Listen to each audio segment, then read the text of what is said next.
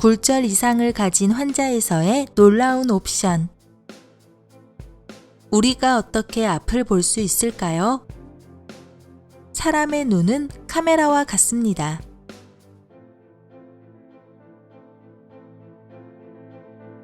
물체에서 반사된 광선은 각막, 눈의 투명한 앞부분을 통해 들어가 자연 수정체를 거쳐서 이동하여 안쪽으로 구부러져 눈의 뒤쪽에 있는 빛에 민감한 조직층인 망막에 떨어집니다. 색과 광선은 망막 세포에 의해 감지되어 이미지를 형성하며 이것은 시신경을 통해 뇌로 이동하는 전기 충격으로 변환되어 우리가 볼 수 있게 됩니다. 하지만 많은 사람들은 태어날 때 눈의 명확한 시각화를 방해하는 결함을 가지게 됩니다. 이러한 결함은 굴절 이상으로 알려져 있으며 일반적으로 안경, 콘택트 렌즈, 라식 또는 안내 삽입 렌즈와 같은 굴절 수술로 교정됩니다. 일반적인 굴절 이상은 다음과 같습니다. 근시, 멀리 있는 물체를 명확하게 보지 못합니다. 원시, 가까이 있는 물체를 명확하게 보지 못합니다. 난시, 눈의 앞쪽에 있는 투명한 부위인 각막에서 발생하는데 빛이 각막에서 굴절되면서 한 점에서 초점을 맺지 못하고 두 점 또는 그 이상의 초점을 갖는 굴절 이상입니다. 노안, 40세 이후에 책을 읽거나 혹은 가까운 물체를 보는데 어려움을 겪습니다. 이것은 자연적인 노화 과정에 의한 것이며 대부분의 사람에게서 일어나는 현상입니다. 일부 사람들에게는 2개 이상의 굴절 이상이 나타날 수 있습니다. 예를 들어 난시와 근시가 함께 나타납니다. 이 비디오에서는 근시의 원인과 치료할 수 있는 옵션에 대해 설명해 드립니다. 근시에 대한 이해. 니얼사이티드니스라고도 알려진 근시는 특히 어린이에게서 흔히 볼 수 있는 굴절 이상입니다. 근시 환자들은 안경을 쓰지 않고도 가까이 있는 물체들을 선명하게 볼 수 있지만 멀리 있는 물체를 명확하게 보기 위해서는 안경이나 콘택트 렌즈가 필요합니다. 정상적인 눈에서는 물체에서 반사되는 광선의 초점이 망막에 만들어집니다. 그러나 근시 눈에서는 이 초점이 망막 표면에 만들어지지 않아 먼 곳에 있는 물체의 이미지가 흐려집니다. 난시에 대한 이해. 원주 굴절 이상이라고도 알려진 난시도 역시 일반적인 굴절 이상에 속합니다. 난시 환자들은 각막의 불규칙한 곡률로 인해 시야가 흐릿해져서 초점이 둘 이상으로 됩니다. 이러한 초점 중 어느 하나는 망막에 떨어지지 않아 선명한 이미지를 만들 수 없으며 환자는 언제나 흐릿한 시력을 갖게 됩니다. 굴절 이상의 치료 방법. 안경 또는 콘택트 렌즈. 근시를 치료하는 보편적인 방법은 멀리에 있는 물체를 명확하게 보기 위해 안과 의사가 처방한 시력에 따른 안경이나 콘택트 렌즈를 착용하는 것입니다. 그러나 이 방법에는 몇 가지 불편함이 있습니다. 두꺼운 안경이나 콘택트 렌즈를 착용하면 일상생활에 불편함을 초래할 수 있습니다. 또한 시야가 실제와 다르게 나타날 수 있습니다. 레이저 시력 교정 수술, 라식. 근시 치료를 위한 또 다른 방법은 레이저를 사용하여 각막의 형태를 다시 잡는 굴절 레이저 시력 교정 수술입니다. 라식 시술에서는 각막 절편을 만듭니다.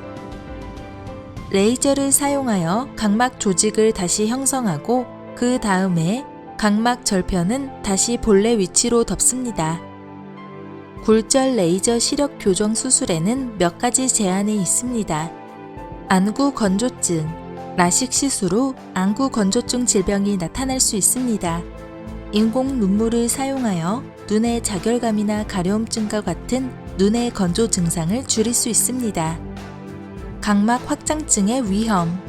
각막이 너무 얇아서 안압이 불안정하고 각막이 팽창될 때 나타나는 질환입니다. 이 질환이 있는 경우 라식 시술, 흐릿한 시야나 근시, 불규칙한 난시를 일으킵니다.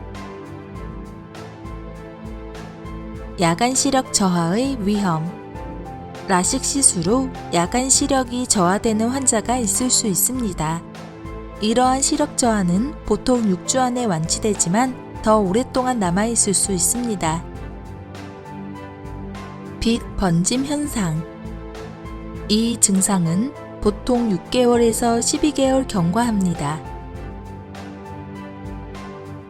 이 수술은 비가역적이며 수술 후 시각적 결과에 만족하지 못한 경우 수술 전 시력을 회복하는 것은 불가능합니다. 안내 삽입 렌즈. 근시를 치료하는 데서 가장 발전된 방법 중 하나는 안내 삽입술입니다. 안내 삽입술은 굴절 이상을 교정하는 데서 선호하는 방법입니다. 안내 삽입술은 더 나은 결과와 예측 가능한 결과를 제공합니다.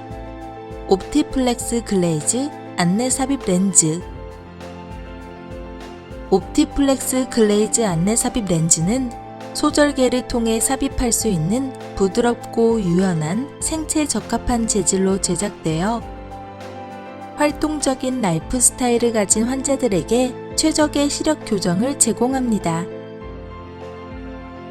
옵티플렉스 글레이즈 안내 삽입 렌즈 교정 범위는 다른 치료 방법에 비해 근시 또는 근시와 난시가 함께 있는 환자에 대하여 가장 효과적입니다. 옵티플렉스 글레이즈 안내 삽입 렌즈. 가역성. 각막 조직이 영구적으로 제거되는 다른 보정 방법과 달리 옵티플렉스 글레이즈 IOL 시술에서는 각막 두께를 줄이거나 변경하지 않습니다. 렌즈는 평생 동안 눈에 사용할 수 있게 고안되었지만 만약 의사가 새로운 시력 교정 방법을 처방하여 사용할 수 있게 되었을 때나 노년기에 백내장을 앓게 되는 경우 렌즈 제거를 할 수 있습니다.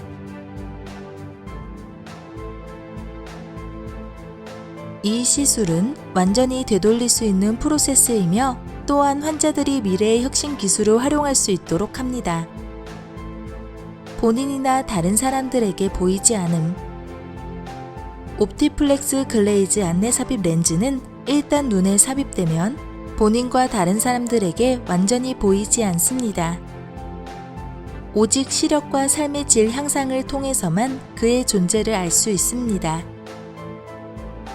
광범위한 수술 범위와 여러 가지 장점. 옵티플렉스 글레이즈 안내 삽입 렌즈는 굴절 이상을 마이너스 23 디옵터까지 교정할 수 있는 반면 일반적으로 매우 잘 알려진 라식은 마이너스 8 디옵터까지 교정할 수 있습니다. 레이저 굴절 안구 시술과 달리 옵티플렉스 글레이즈 안내 삽입 렌즈는 삽입한 후 시술로 인한 안구 건조증 증후군이 발생하지 않습니다.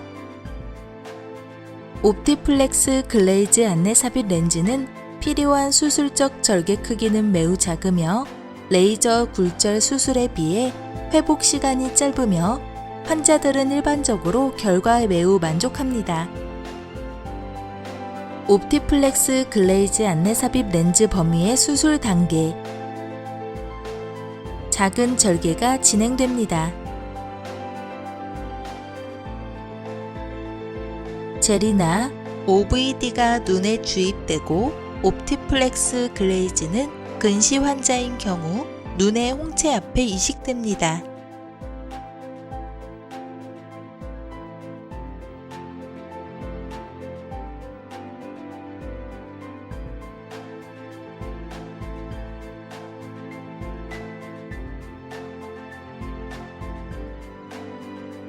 그런 다음 옵티플렉스 글레이즈를 홍채 뒤에 조심스럽게 배치하고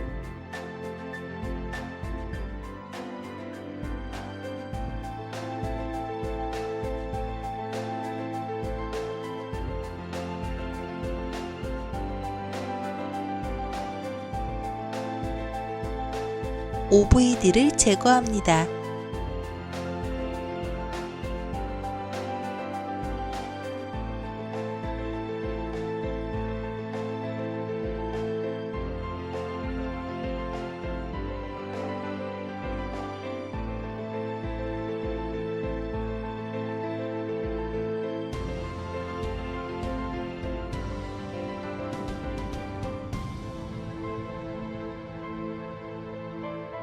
난시와 근시가 있는 환자의 경우는 옵티플렉스 글레이즈 액세스를 동일한 단계를 따라 삽입합니다.